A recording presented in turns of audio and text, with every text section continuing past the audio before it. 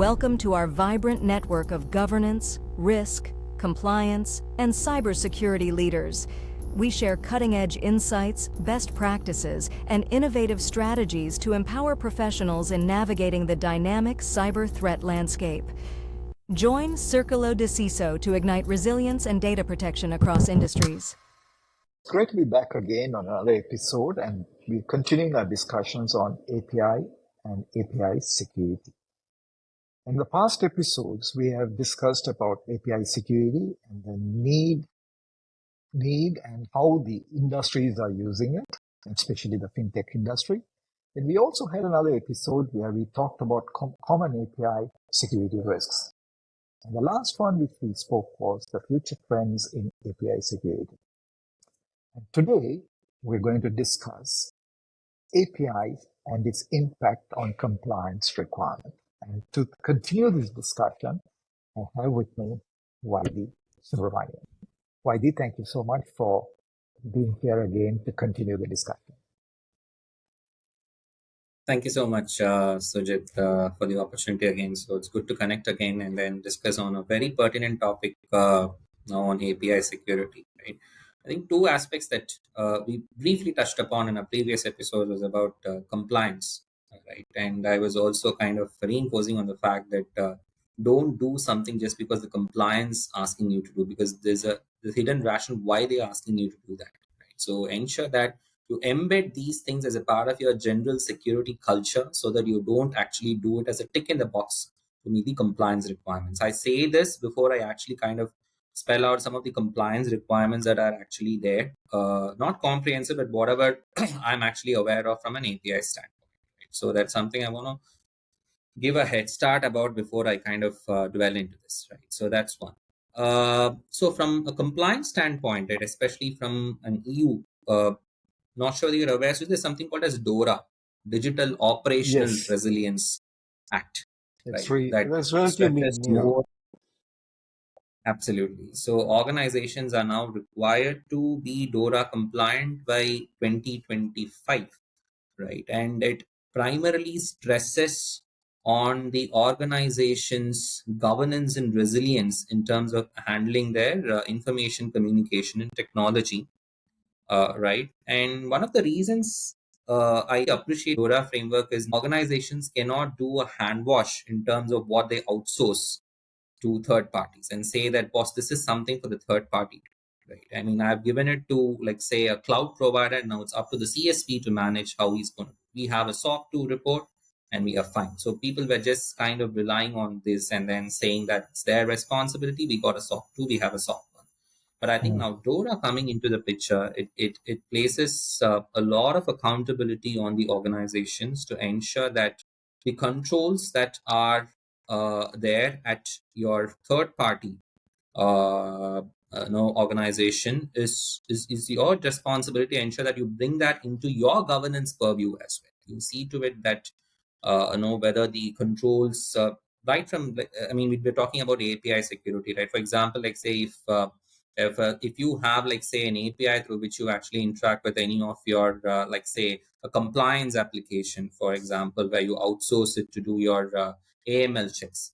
Now you cannot just say that I've done a SOC 2 and then show it that you have a SOC. No, you have to ensure that you have appropriate governance mechanism, monitoring controls, like what is happening, what kind of system structures that are there at the third party organization, maintain an inventory, what are controls that are covered as a part of the contracts. You mentioned all of these in the register that you actually maintain for third party, right? If you look at that sample register that EU has actually shared with all of the organization, it runs into hundreds of tabs.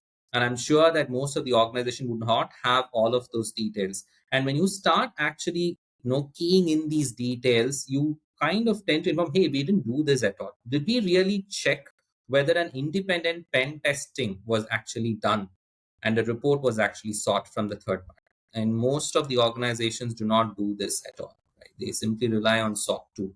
And that's where this becomes absolutely important, particularly from an API standpoint for fintechs, because almost 90% of the fintechs operations globally are like outsourced to third parties, be it like from from a data management perspective, from a compliance perspective, how you do your AML checks, and all of these are all outsourced. So it becomes absolutely important from a DORA standpoint that you cater to these requirements and be ready by 2025, that you have all these managed, right? So that's one part of it.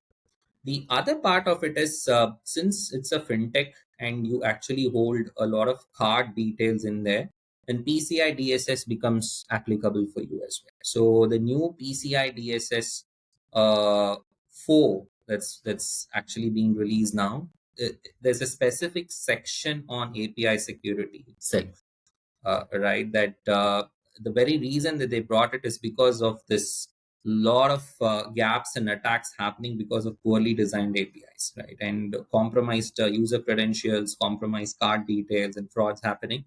So they are stressing more on the PCI DSS, from a PCI DSS perspective, particularly on API security. So now organizations need to ensure that they have an API inventory in place, and they need to ensure all those that is actually affecting a cardholder's environment. So they need to ensure that all of the systems, connected components, and APIs are also kind of factored into this, right? So that's one. And now we also have, from an India perspective, we have the DTPA that's coming in, right? The privacy perspective, the enactment that's going live this year.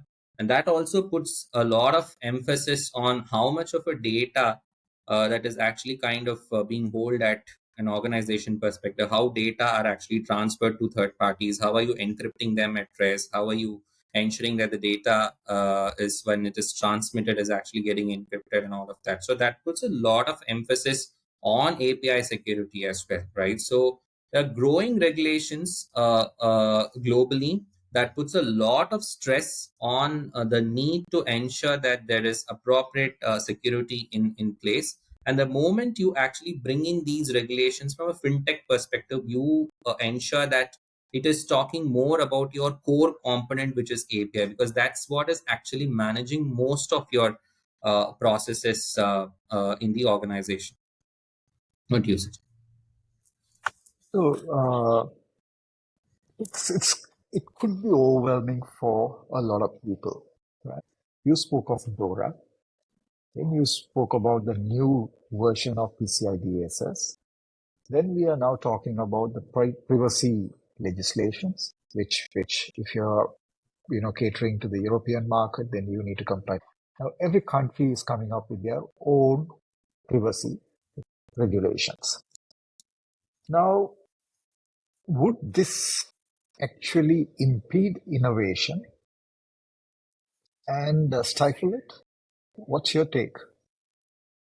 Would it enable, or would it, I would restrict differ. I would just say that it would enable it in a more secure way, because at the end of the day, you need to kind of build that trust with the organization. How do you build that trust? And you build that trust when you actually do things not just in a more convenient way, but in a more secure way, right? And that's all the more important. And you're dealing with money, right? Money of your customers and your corporates and all of that. So it's absolutely important that you build that trust with the customer. And how do you build that trust? And you kind of bring in these controls, have proper governance in place, and that's what these compliances are striving to achieve, right? So I would say that this is really required, and it is coming at the right juncture, as we were talking about in the previous episode about the quantum of money that we are actually going to be dealing with another 4-5 years, particularly from a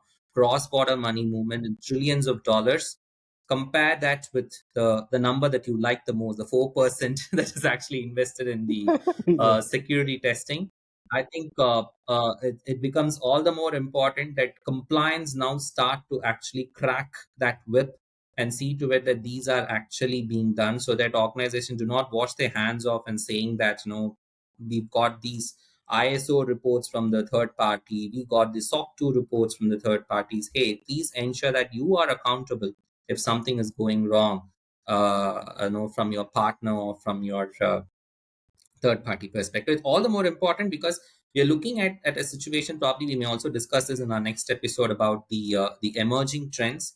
now we have all the more neobanks coming into place, where there's no physical office, everything is virtual, and it becomes very imperative for organizations to see that how do you connect to these neobanks, right? How good your APIs, how secure your APIs are in terms of transmitting the data, or even, I mean, any financial, or we are talking about the financial privacy aspect, right? So what data is getting transferred, how do they ensure that the data that is getting transferred to their entity is actually stored and it's secured, is encrypted at rest, and all that. So you just still need to have an independent pair of eyes to actually look into these things. So these regulations, in a way, is now fixing that accountability on the organizations to see to it that you ensure that these things are done, so that in a way you build trust among your customers and you build your business as well. So it's a win-win situation for all. Absolutely. And Vaithi, you did mention the importance of these regulations, standards, compliance requirements. And one other thing we would also like to highlight to the viewers is that non-compliance would lead to penalties. And it would also hold individual directors personally liable. Right. So that's what it is, right? So we are not just talking about losing money due to a cyber attack, but we are also talking about the organizations being forced to pay a penalty. And in some cases, it could also lead to jail term for the directors or the officers in charge. So with that note, I would like to say a big thank you to Vaithi for being with me throughout these 4 episodes. I'm going to bring you back into the 5th episode where we're going to talk about the neobanking and as to how that is shaping the new world and how it is going to help cross-border transactions. So viewers, thank you so much for staying tuned into our conversations. So if you have missed the previous 3 episodes, please go to our YouTube channel. You'll be able to find them. There are a lot of takeaways for all of you. I personally gained a lot out of these conversations. It was a good refresher. So I would say if you have not done any of these things we have spoken about, it's never too late. Start today. Right. One of the things I would encourage all of you to do is take one of these standards. Maybe take DORA, for instance. Do a self-assessment. That will give you an idea in terms of how good or how far you're from being compliant. Start having a plan to meet those requirements and then slowly build up. But of course, you don't have all the time in the world. Time is running out. So in order for you to stay safe, you need to also proactively act on this and also have a robust framework, risk management framework to manage these risks.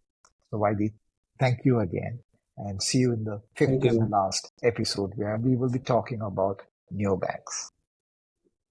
Thank you so much, Sujit.